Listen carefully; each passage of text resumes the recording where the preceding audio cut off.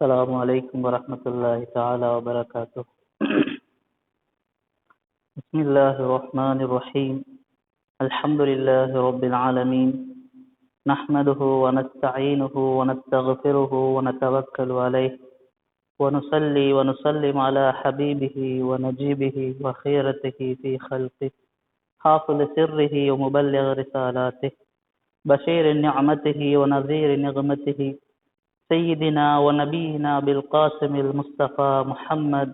اللهم صل على محمد وآل محمد وعجل فرجه، وعلى آله الأطيبين الأطهرين المنتجبين الهداة المهديين، سيما بقية الله في الأرضين. وصلى الله على أئمة المؤمنين وهداة المستضعفين وحماة المؤمنين. قال الله الحكيم في كتابه: بسم الله الرحمن الرحيم. إن عدة الشهور عند الله 12 شهرا في كتاب الله يوم خلق السماوات والأرض منها 4 حرم. صدق الله العلي العليم. أوصيكم عباد الله ونفسي بتقوى الله. புகழ் அனைத்தினையும் படைத்து பரிபாலிக்கும் அல்லாஹுக்கே எல்லா புகழும். அல்ஹம்துலில்லாஹ். இறைவனது ஸலவாத்தும் சலாமும் அவனது இறுதி தூதர் ஸல்லல்லாஹு அலைஹி வஆலிஹி வஸல்லம் அவர்கள் மீதும் அன்னாரது குடும்பமான அஹ்லுல் பைத்துக்கள் மீதும் என்றென்றும் உண்டாகட்டும். இஸ்லாத்தின் ஓர் அங்கமான தொழுகையினை நிறைவேற்றுவதற்காக வேண்டி இந்த புனிதமிகு பள்ளிவாயில் வீற்றிருக்கும் அஹ்லுல் பைத்தினரின் பாதையினை பின்தொடர் மூமின்களே, உங்களையும் என்னையும் இச்சந்தர்ப்பத்திலும் என் நிலையிலும் தக்வாவின் இறையச்சத்தினை பேணி நடக்கும்படி நல்லுபதேசம் செய்கின்றேன். இறைவன் அல் குர்ஆனில் சுவனம் என்பது இறையச்சமுடைய நல்லடையாருக்குரியது என்று கூறுகின்றான். சூரா மரியமின் 63வது வசனத்தில் இறைவன் இதனை இவ்வாறு குறிப்பிடுகின்றான்: தில்கல் ஜன்னத்துல்லதி நூரிசு மின் இபாதினா மன் கான தக்கியா. இறைவன் சுவனத்துடைய பண்புகளையும் சுவனவாசிகள் யார் என்பதையும் குறிப்பிட்டுவிட்டு, இந்த அனைத்து பண்புகளும், இந்த அருட்கொடைகள் நிறைந்த இந்த சுவனம் என்பது தக்வாவுடைய இறையச்சமுடைய அந்த மூமின்களுக்குத்தான் அது சொந்தமாகும். அவர்கள்தான் அந்த சுவனத்தினை தங்களுடைய வாரிசு சொத்தாக எடுத்துக்கொள்வார்கள் என்று இறைவன் சூரா மரியமில் குறிப்பிடுகின்றான். இந்த அல் குர்ஆன் வசனத்தில் இறைவன் இர்ஸ் என்ற ஒரு சொல்லை பயன்படுத்துகின்றான். இஸ்லாமிய சொல் வழக்கில் இர்ஸ் என்ற ஒரு சொல் மரணித்த ஒருவர் தன்னுடைய சந்ததியினருக்காக விட்டு செல்லக்கூடிய சொத்தை குறிப்பிடுவதற்கு அந்த சொல் பயன்படுத்தப்படுகின்றது.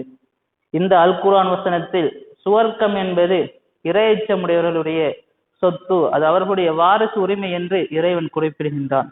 ஏன் சுவனத்தை இறைவன் அவ்வாறு குறிப்பிடுகின்றான்? சுவனம் என்பது மரணித்த ஒருவர் தன்னுடைய பரம்பரையினருக்கு விட்டு செல்லக்கூடிய ஒரு சொத்தா என்று பார்த்தால் அது அவ்வாறு அல்ல. மரணித்த ஒருவர் விட்டு செல்லக்கூடிய ஒரு விடயமாக சுவர்க்கம் இல்லை. மாறாக சுவர்க்கம் இந்த உலகத்திற்கு அப்பாற்பட்ட ஒரு விடயமாக இருக்கின்றது. இதற்கு நாம் இரண்டு வகையான விளக்கத்தை வழங்க முடியும்.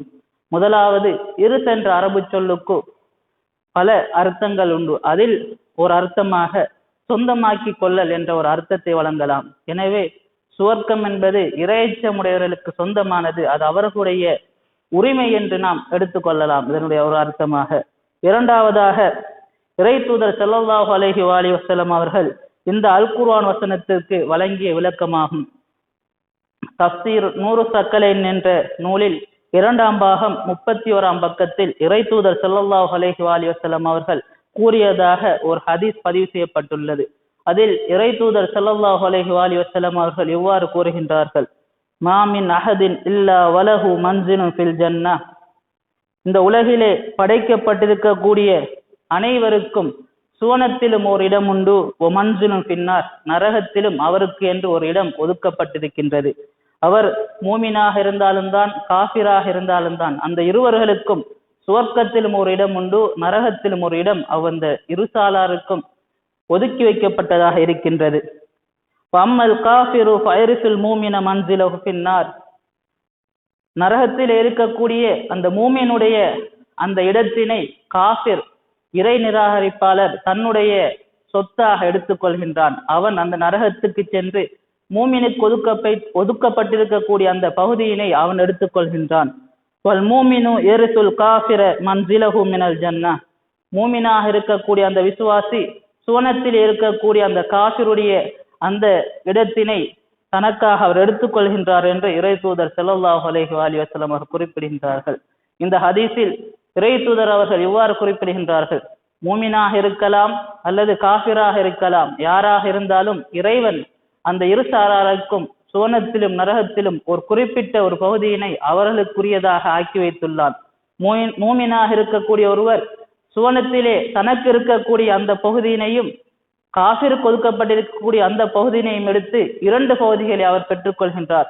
அதே போல் காஃபிராக இருக்கக்கூடிய ஒருவர் அந்த மூமினுக்காக ஒதுக்கப்பட்டிருக்கக்கூடிய அந்த பகுதியினை நரகத்தில் இருந்தும் தனக்கென்று இருக்கக்கூடிய அந்த பகுதியினையும் 2 பகுதிகளாக நரகத்திலும் அவர் பெற்றுக்கொள்கின்றார். எனவே மேலே குறிப்பிட்ட சூரா மரியமில் வரக்கூடிய அந்த 63வது வசனத்தில் தில்கல் ஜன்னத்துல்லதி நூரிசு மின் இபாதினா மன் கான தக்கியா, இறையச்சமுடையோருக்கு நாங்கள் சுவர்க்கத்தை அவர்களுடைய சொத்தாக ஆக்கியிருக்கின்றோம் என்ற வசனம் இதைத்தான் குறிப்பிடுகிறது என்று இறை தூதர் ஸல்லல்லாஹு அலைஹி வஸல்லம் அவர்கள் கூறியதாக 100 சக்கலைன் என்ற தஃசீர் நூலிலே பதிவு செய்யப்பட்டுள்ளது.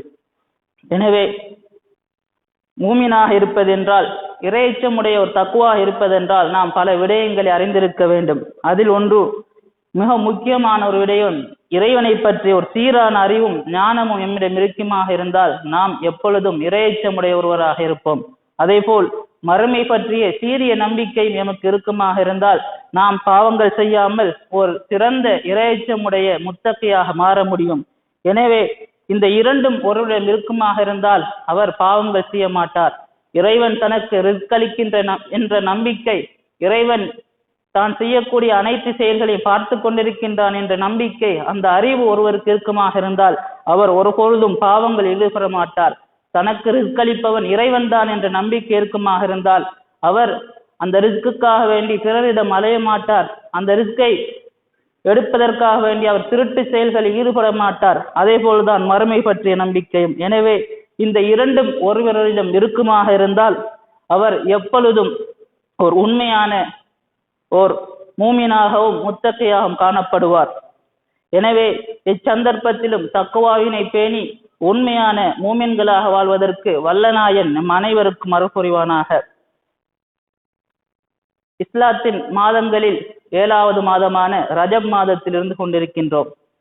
காலத்தின் ஒரு அம்சமாக இந்த மாதங்கள் காணப்படுகின்றது. இறைவன் சூரா தௌபாவின் 36வது வசனத்தில் எவ்வாறு குறிப்பிடுகின்றான், வானம் பூமி அனைத்தும் படைக்கப்பட்டதில் இருந்து இறைவனுடைய பதிவேட்டில் 12 மாதங்கள் உள்ளன. அந்த 12 மாதங்களில் 4 மாதங்கள் சிறப்புக்குரியதாக தங்கைக்குரியதாக இறைவன் தடுத்து வைத்த ஒரு மாதமாக இருக்கின்றது என்று இறைவன் அதிலே குறிப்பிடுகின்றான். மேலும் சூரா பக்கராவில் 217வது வசனத்தில் இறைவனுடைய அந்த தங்கையான இறைவன் தடுத்து வைக்க இருக்கக்கூடிய அந்த மாதங்கள் என்னவென்று கேட்டால், அந்த மாதங்களில் யுத்தம் செய்வது பெரும்பாவம், யுத்தம் செய்வது தடுக்கப்பட்டுள்ள ஒரு மாதம் என்று அந்த 4 மாதங்களையும் இறைவன் அறிமுகம் செய்து வைக்கின்றான்.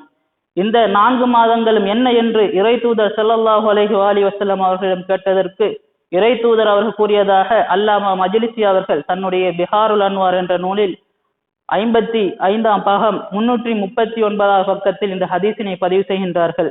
அஸ்ஸனா இஸ்னா அஷர ஷஹரன் மின்ஹா அர்பஅத்து ஹுரும், மாதங்கள் 12ஆக இருக்கின்றன. அதில் 4 மாதங்கள் தங்கையான இறைவன் விலக்கி வைத்த மாதங்களாக இருக்கின்றது. அதில் 3 மாதங்கள் தொடராக வரக்கூடிய துல்காதா, துல்ஹஜ், முஹர்ரம் ஆகிய மாதங்களாகும். 4வது மாதம் ஜமாத்து சானி மாதத்திற்கும் ஷாபானுக்கும் இடையில் வரக்கூடிய ரஜப் மாதம் என்றும் இறை தூதர் ஸல்லல்லாஹு அலைஹி வஸல்லம் அவர்கள் கூறியிருக்கின்றார்கள். அந்த 4 மாதங்களில் ஒரு மாதமான ரஜப் மாதத்தில் நாம் இருந்து கொண்டிருக்கின்றோம். இந்த ரஜப் மாதம் என்பது ஜாஹிலியா காலத்திலும் சரி, அதற்கு பின் வந்த காலங்களிலும் சரி, யுத்தம் செய்வது தடுக்கப்பட்ட ஒரு மாதமாக இருக்கின்றது. ஆனால் ஒருவரை நோக்கி ஒருவர் படையெடுக்கின்ற பொழுது அதற்கு பதில் கொடுக்க வேண்டியதாகவும் இந்த மாதத்தில் இருக்கின்றது. நாம் வரலாற்றில் காண்கின்றோம். இந்த மாதத்தை பற்றி இறை தூதர் ஸல்லல்லாஹு அலைஹி வஸல்லம் அவர்கள் கூறுகின்ற பொழுது, சும்மிய ஷஹ்ரு ரஜப் ஷஹ்ருல்லாஹில் அஸப், இந்த ரஜப் மாதத்திற்கு அசப் என்ற ஒரு பெயர் இருக்கின்றது. ஏனென்றால் லிஅன்ன ரஹ்மத் அலா உம்மத்தி துஸப்பு சப்பன் ஃபீஹி, இந்த ரஜப் மாதத்தில் இறைவனுடைய அருட்கொடைகள் அவனுடைய உம்மத்திற்கு, இந்த சமூகத்திற்கு, என்னுடைய சமூகத்திற்கு தொடர்ச்சியாக இறங்கிக் கொண்டிருக்கின்றது என்று இறை தூதர் ஸல்லல்லாஹு அலைஹி வஸல்லம் அவர்கள் கூறியிருக்கின்றார்கள். அதேபோல் இறை தூதர் ஸல்லல்லாஹு அலைஹி வஸல்லம் அவர்கள் இந்த மாதத்தை பற்றி குறிப்பிடுகின்ற பொழுது, இன்னல்லாஹ் தபாரக் வ தஆலா நஸப ஃபிஸ் ஸமாஇ ஸாபியத்தின் மலக்கன் யுகாலு லஹு அத்தாயி. இறைவன் 7ஆம் வானத்திலே ஒரு மலக்கினை நியமித்திருக்கின்றான். அந்த மலக்குக்கு தாயி, அழைப்பாளர் என்று பெயர் உண்டு. ஃபைதா தஹல ஷஹ்ரு ரஜப் யுனாதி ஸாலிகல் மலக் குல்லு லைலத்தின் மின்ஹு இலா ஸபாஹ். ரஜப் மாதம் வந்துவிட்டால் அந்த மலக்கு 7ஆம் வானத்திலே இருந்து கொண்டு இந்த பூமியில் இருக்கக்கூடிய அனைவரையும் அழைக்கின்றார். அவர் இரவிலிருந்து சுபஹ் வரைக்கும் அனைவரையும் அழைத்து இவ்வாறு கூறுகின்றார், தூபா லிஸ்ஸாகிரீன், இறைவனை ஞாபகிப்பவர்களுக்கு சோபனம் உண்டாகட்டும். தூபா லித்தாயின், இறைவனை வழிபட்டு நடக்கக்கூடியவர்களுக்கு சோபனம் உண்டாகட்டும். பிறகு இறைவன் கூறியதாக இறை தூதர் ஸல்லல்லாஹு அலைஹி வஸல்லம் கூறுகின்றார்கள், யகூலுல்லாஹு தஆலா அன ஜலீசுன் மன் ஜாலசனி, யார் இந்த மாதத்திலே என்னோடு அமர்கின்றாரோ நான் அவரோடு அமர்கிறேன் என்று இறைவன் குறிப்பிடுகின்றான். இறைவனுக்காக வேண்டி ஓர் தனித்திருந்து இறைவனுக்காக வேண்டி யார் ஒருவர் அமர்ந்து இறைவனை ஞாபகிக்கின்றாரோ அவரை நானும் அவரோடு இருக்கின்றேன் என்று இறைவன் குறிப்பிடுகின்றான். முத்தையுன் மன் அத்தானி, இந்த மாதத்திலே நான் இட்ட கட்டளைகளை யார் எடுத்து நடக்கின்றாரோ அவர் என்னிடம் வேண்டிக் கொள்ளக்கூடிய அனைத்தையும் நான் வழிபடுகிறேன், அவருக்கு நான் வழிபட்டு நடக்கிறேன் என்று இறைவன் குறிப்பிடுகின்றான். அதே போல் வகாஃபிரு மனிஸ்தக்ஃபரனி, இந்த மாதத்திலே யார் என்னிடம் பாவ மன்னிப்பு கேட்கின்றாரோ அவருடைய பாவங்களை நான் மன்னிக்கின்றேன்.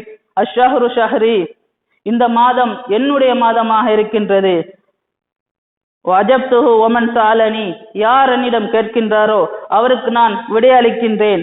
மேலும் யார் என்னிடம் ஒரு விடயத்தை கேட்கின்றாரோ வாத்தைத்துஹு, நான் அவருக்கு அதனை வழங்குகின்றேன். யார் என்னிடம் நேர்வழியை வேண்டுகின்றாரோ அவருக்கு நான் நேர்வழி காட்டுகின்றேன். இந்த மாதத்தை எனக்கும் என்னுடைய அடியானுக்குமான ஒரு தொடர்பாக நான் மாற்றி வைத்திருக்கின்றேன். இந்த மாதம் எனக்கும் என்னுடைய அடியார்களுக்கும் இடையிலுள்ள ஒரு முக்கியமான ஒரு பாலமாக இருக்கின்றது. என்னை அடைந்து கொள்வதற்கு என்னுடைய அடியான் இந்த மாதத்தை பயன்படுத்தி கொள்ள வேண்டும் என்று இறைவன் குறிப்பிடுகின்றான். அதே போல் இந்த மாதத்தில் நான் என்னிடம் பிரார்த்திக்கக்கூடிய அனைவருடைய பிரார்த்தனையும் நான் ஏற்றுக்கொள்கின்றேன்.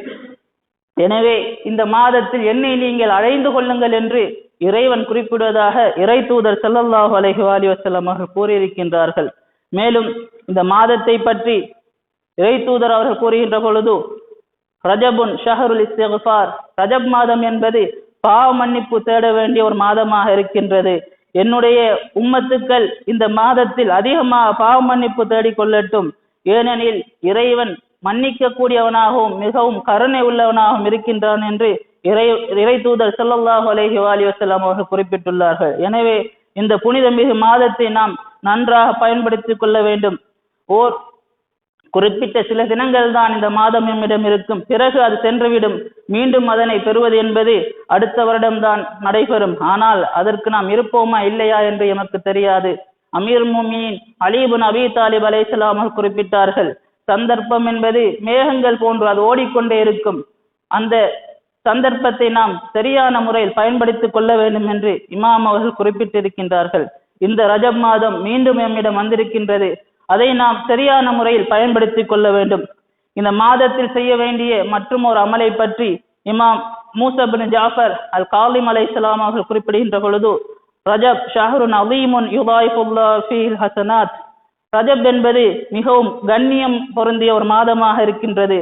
அந்த மாதத்திலே செய்யக்கூடிய நல்லமல்களை எல்லாம் இறைவன் பன்மடங்காக மாற்றி அதற்கு நன்மை அளிக்கின்றான். அதே போல் யம்ஹு ஃபீ ஸய்யாத், அந்த மாதத்தில் பாவங்களை எல்லாம் இறைவன் அளிக்கின்றான், மன்னிப்பதில்லை, மாறாக அவர் பாவமே செய்யவில்லை என்று இறைவன் இந்த மாதத்தில் ஒரு மூமினுடைய தௌபாவை மாற்றுகின்றான் என்று இமாம் அவர்கள் குறிப்பிடுகின்றார்கள். அதே போல் மன் சாம யௌமன் மின் ரஜப், ரஜப் மாதத்திலே யார் ஒருவர் ஒரு நோன்பினை நோக்கின்றாரோ அவருக்கு இறைவன் நரகத்தை விட்டும் 100 வருடங்கள் அவரை தூரமாக்குகின்றான் என்று இமாம் காலிம் அலைஹிஸ்ஸலாம் அவர்கள் குறிப்பிடுகின்றார்கள். அதே போல் மன்சாம சலாஹ தையாமின், இந்த ரஜப் மாதத்திலே யார் ஒருவர் 3 நாள் நோன்பு நோக்கின்றாரோ வஜபத் லஹுல் ஜன்னா, அவருக்கு சுவனம் கடமையாக்கப்படுகின்றது என்று இமாம் காலிம் அலைஹிஸ்ஸலாம் அவர்கள் குறிப்பிட்டிருக்கின்றார்கள். எனவே இந்த ரஜப் மாதம் என்பது பாவ மன்னிப்புக்கும் நோன்பு நோட்பதற்கும் உரிய ஒரு மாதமாக இருக்கின்றது.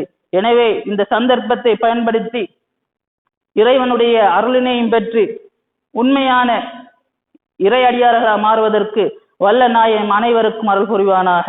பிஸ்மில்லாஹிர் ரஹ்மானிர் ரஹீம். குல் ஹுவல்லாஹு அஹத் அல்லாஹுஸ் ஸமத் லம் யலித் வலம் யூலத் வலம் யகுல் லஹு குஃபுவன் அஹத்.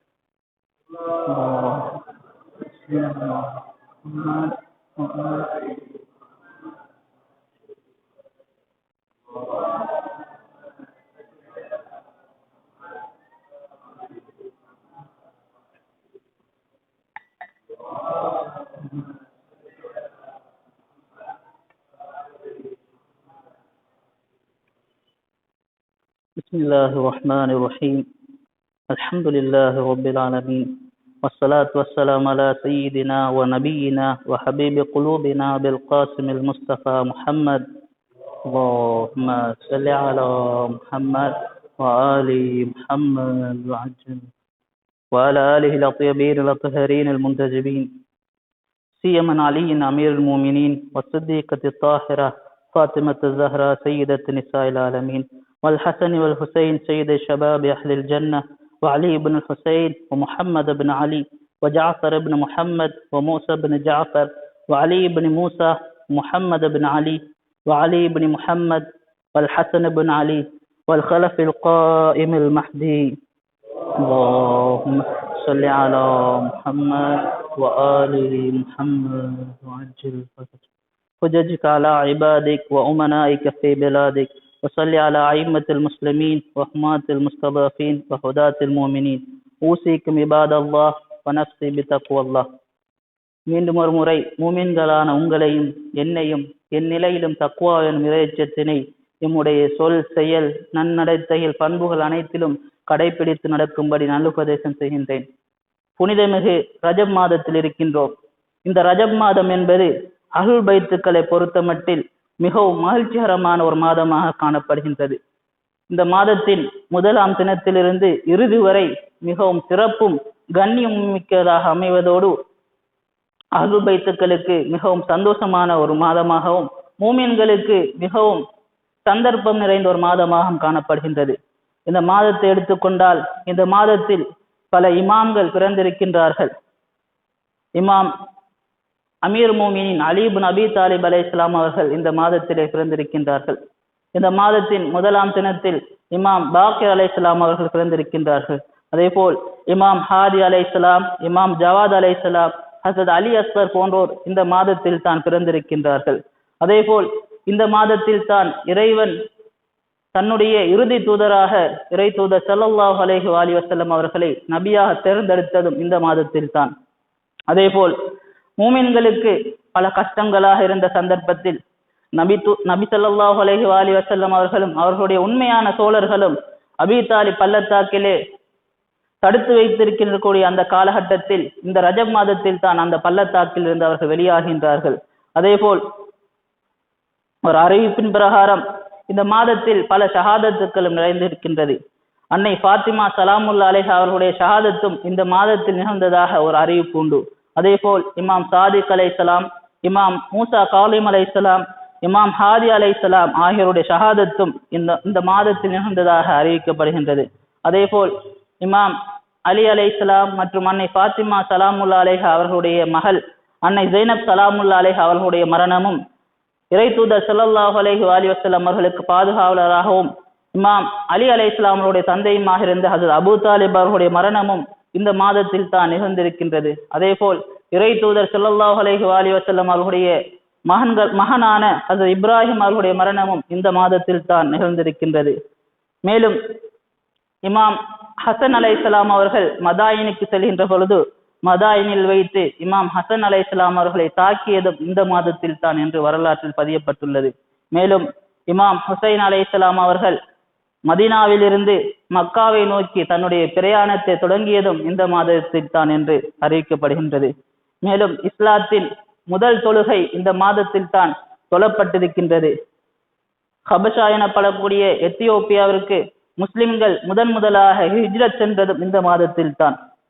கிப்லா பைத்துல் முகத்தஸிலிருந்து காபத்துல்லாஹுக்கு மாற்றமடைந்ததும் இந்த மாதத்தில் தான்.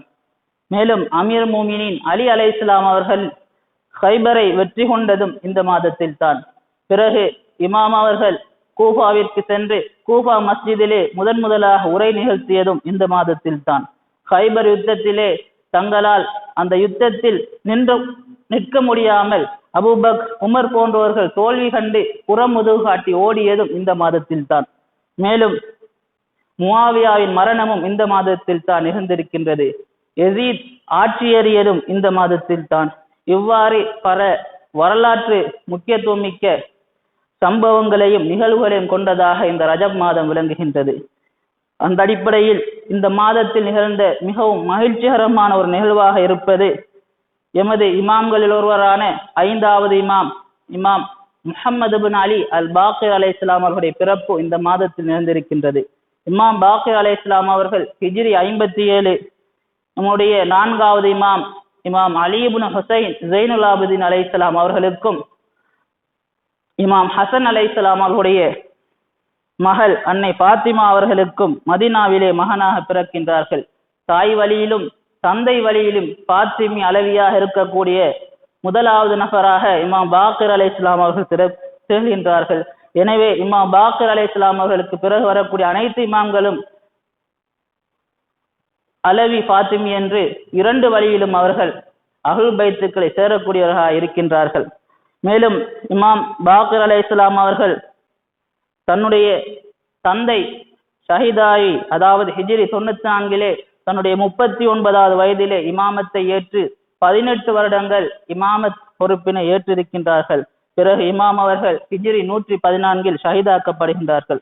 இமாம் அவர்களை பற்றி பார்க்கின்ற பொழுது இறை தூதர் ஸல்லல்லாஹு அலைஹி வஸல்லம் அவர்களுடைய தோழர்களில் ஒருவரான ஜாபிர் பின் அப்துல்லா அன்சாரி அவர்கள் அறிவிக்கக்கூடிய ஒரு ஹதீஸ் மிகவும் பிரபல்யமான ஒரு ஹதீஸாக இருக்கின்றது. ஹஸரத் ஜாபிர் பின் அப்துல்லா அன்சாரி அவர்கள் அஹ்லுல் பைத்துக்களை நேசம் கொண்ட ஒரு முக்கியமான சஹாபியாக இருக்கின்றார்கள். ஒரு முறை ஹஸரத் ஜாபிர் பின் அப்துல்லா அன்சாரி அவர்களிடம் இறை தூதர் ஸல்லல்லாஹு அலைஹி வஸல்லம் அவர்கள் இவ்வாறு குறிப்பிடுகின்றார்கள்: ஜாபிரே, எனக்கு பின்னால் நீங்கள் என்னுடைய பல சந்ததியை பார்ப்பீர்கள். அதில் என்னுடைய பெயர் உடைய ஒருவரை நீங்கள் சந்திப்பீர்கள். என்னுடைய பெயர் தான் அவருடைய பெயராகும்.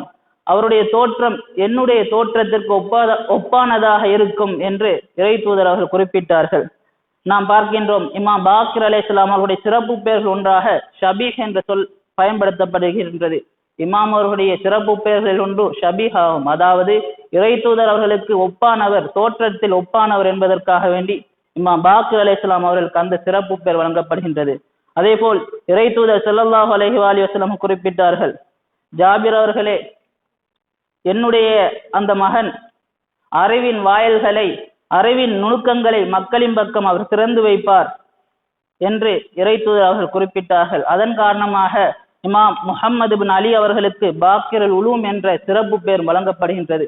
அறிவினை அனைவரின் பக்கம் திறந்து வைக்கக்கூடிய ஒருவராக இமாம் பாக்கிர் அலைஹிஸ்ஸலாம் காணப்படுவார் என்று இறை தூதர் அவர்கள் ஹஸரத் ஜாபிர் அவர்கள் குறிப்பிட்டு விட்டு, ஜாபிர் அவர்களே, என்னுடைய அந்த பெயரை நீங்கள் சந்தித்தால் என்னுடைய சலாத்தை நீங்கள் அவருக்கு எற்றி வையுங்கள் என்று இறை தூதர் அவர்கள் குறிப்பிட்டார்கள். பல வருடங்கள் கழிந்தது. ஹஸரத் ஜாபிர் அவர்கள் மதீனாவின் அந்த வீதிகளிலே செல்கின்ற பொழுது ஒரு சிறுவரை காண்கின்றார். இறை தூதர் அவர்களுக்கு ஒப்பானவராக அவருடைய தோற்றம் இருக்கின்றது. அந்த சிறுவரிடம் சென்று, சிறுவரே, உங்களுடைய பெயர் என்ன என்று கேட்க, அதற்கு அவர் என்னுடைய பெயர் முஹம்மது பின் அலி பின் ஹுசைன் என்று குறிப்பிடுகின்றார். அந்த பெயரை கேட்டதும் ஹஸரத் ஜாபிர் அவர்கள் அந்த சிறுவருடைய நெற்றியில் முத்தமிட்டு விட்டு, இறை தூதர் அவர்கள் உங்களுக்கு சலாம் கூற சொன்னார் என்று அவருக்கு சலாத்தை எத்தி வைத்தார்கள். பிறகு தினமும் 2 முறை சென்று இமாம் பாக்கிர் அலைஹிஸ்ஸலாம் அவர்களை ஹஸரத் ஜாபிர் அவர்கள் சந்தித்து வந்தார்கள் என்று ஹதீஸில் பதிவு செய்யப்பட்டுள்ளது. இமாம் பாக்கிர் அலைஹிஸ்ஸலாம் அவர்களை பார்க்கின்ற பொழுது அவருடைய அந்த குறிப்பிட்ட 18 வருட இமாமத்தில் 5 ஆட்சியாளர்கள் ஆட்சி செய்திருக்கின்றார்கள். அந்த 5 ஆட்சியாளர்களுடைய அந்த ஆட்சி காலத்திலும் இமாம் அவர்கள் அறிவு ரீதியான பல புரட்சிகளையும் பல சீர்திருத்தங்களையும் செய்திருப்பதை நாம் வரலாற்றில் காணலாம். இமாம் பாக்கிர் அலைஹிஸ்ஸலாம் அவருடைய அறிவு புரட்சியும் அவருடைய சீடர்களுடைய அறிவு புரட்சியையும் பற்றி இமாம் ஆறாவது இமாம் ஜாஃபர் சாதிக் அலைஹிஸ்ஸலாம் அவர்கள் குறிப்பிடுகின்ற பொழுது, மா அஜிது அஹதன் அஹ்யா ذிக்ரனா வஹதீஸ் அபி அலைஹிஸ்ஸலாம், எங்களுடைய ஹதீஸ், என்னுடைய தந்தை பாக்கிர் அலைஹிஸ்ஸலாம் அவருடைய ஹதீஸை அறிவிக்கக்கூடியவர்கள் யாருமே இருந்திருக்க மாட்டார்கள் அந்த காலத்திலே.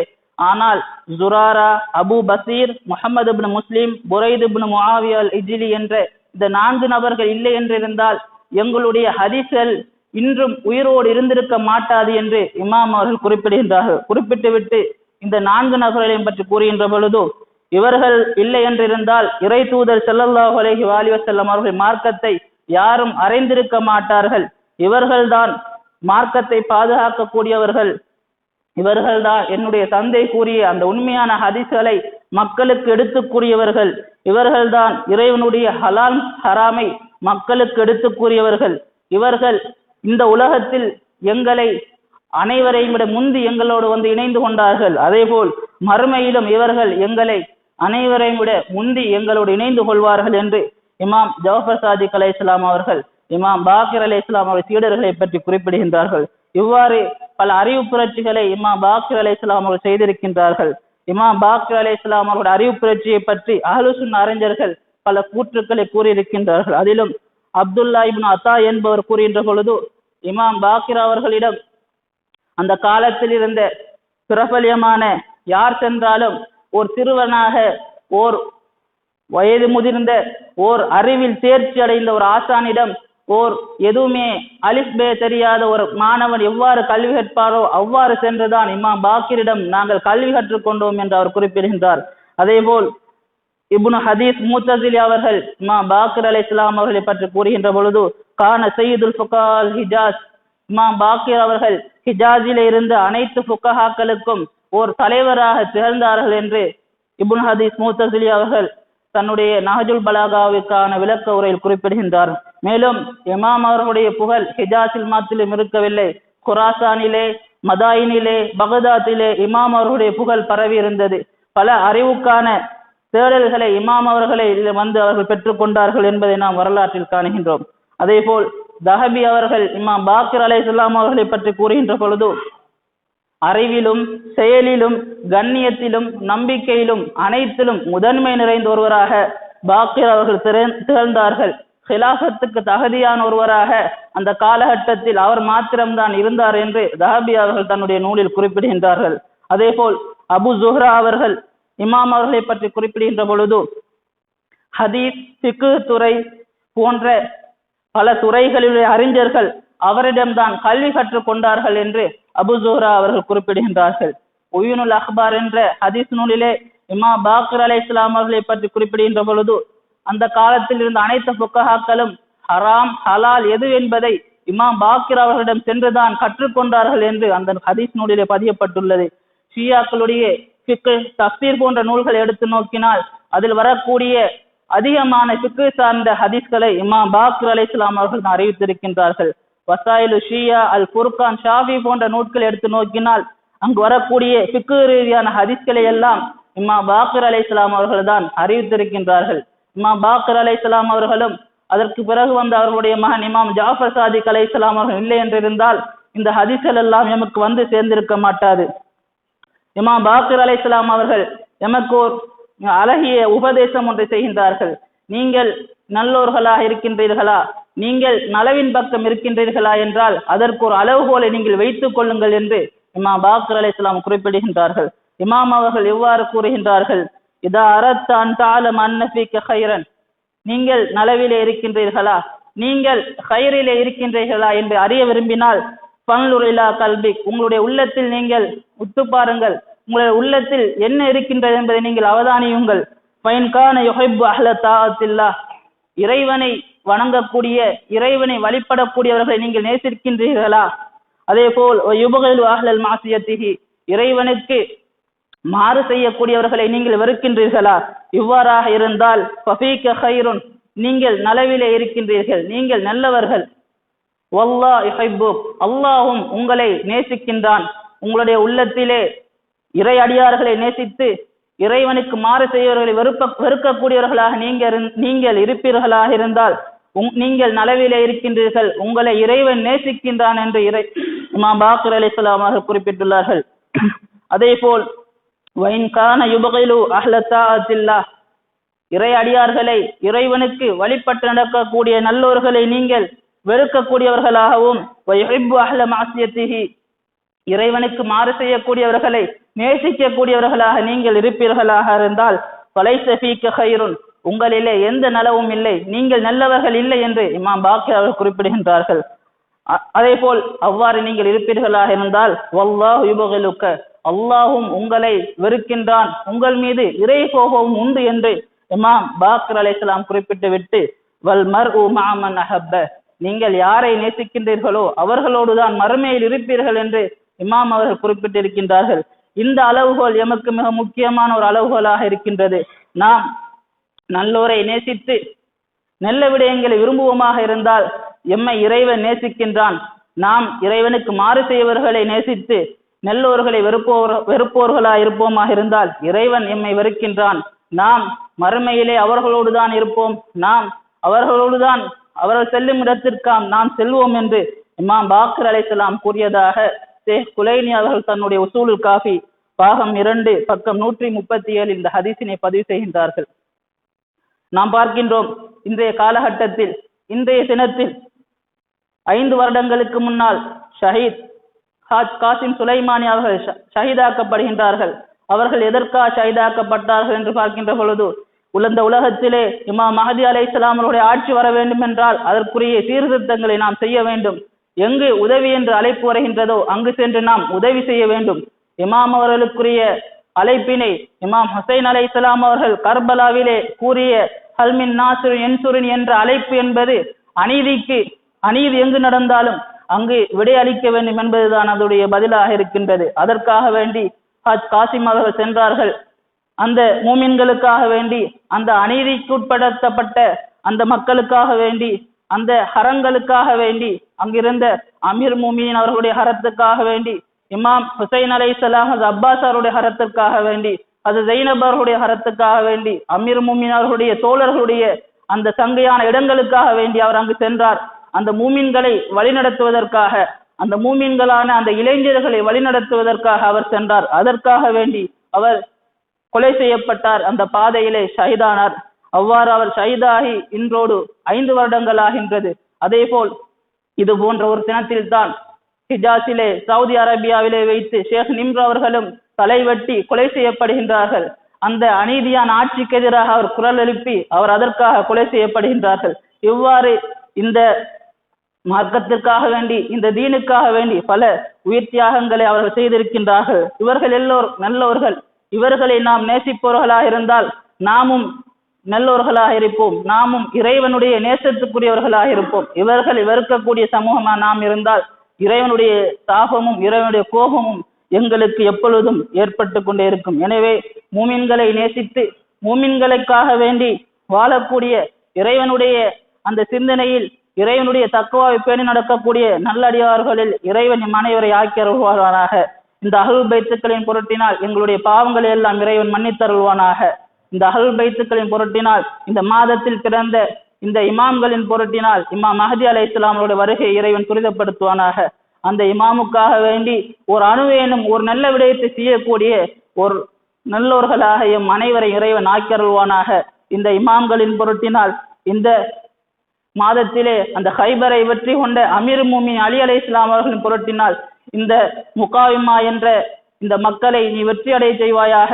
அந்த ஹரம்களை இந்த அநியாயக்காரர்களின் கைகளில் இருந்து எடுத்து மூமின்களுடைய கையில் நீ வழங்கி விடுவாயாக. யா அல்லாஹ், எங்களுடைய பாவங்களை எல்லாம் மன்னித்தருள்வாயாக. இவர்களுடைய ஷஃபாஅத்தை மறுமையில் எங்களுக்கு பெற்று தருவாயாக. ஆமீன் ஆமீன் யா ரப்பல் ஆலமீன். பிஸ்மில்லாஹிர் ரஹ்மானிர் ரஹீம். குல் ஹுவல்லாஹு அஹத் அல்லாஹுஸ் ஸமத் லம் யலித் வலம் யூலத் வலம் யகுல் லஹு குஃபுவன் அஹத். அஸ்ஸலாமு அலைக்கும் வரஹ்மத்துல்லாஹி வபரகாத்துஹு.